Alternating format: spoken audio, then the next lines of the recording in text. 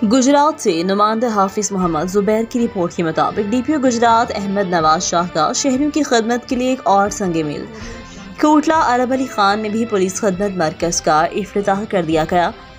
तफसीलात के मुताबिक inspector general of police doctor Usman Anwar के विजन के मुताबिक जिले पुलिस ऑफिसर अहमद नवाज शाह ने अवामी खदमत के तसलसल को जारी रखते हुए कोटला बर्रे अरब अली खान ने पुलिस खदमत मरकज़ का इफ्तिताह कर दिया। डीपीओ गुजरात ने दूर दराज के शहरियों को पुलिस से मुतल्लिक तमाम तर सहूलियात की फराहमी यकीनी बनाने के लिए पुलिस खदमत मरकज़ का क़याम अमल में लाया। पुलिस खदमत मरकज़ के इफ्तिताह के मौका पर DSP Khariyan circle Malik Irfan Safdar, SHO थाना ककराल SI मोहम्मद असलम, चौधरी शबीर अहमद और दीगर ताजर बरादरी और शहरियों की बड़ी तादाद ने शिरकत की।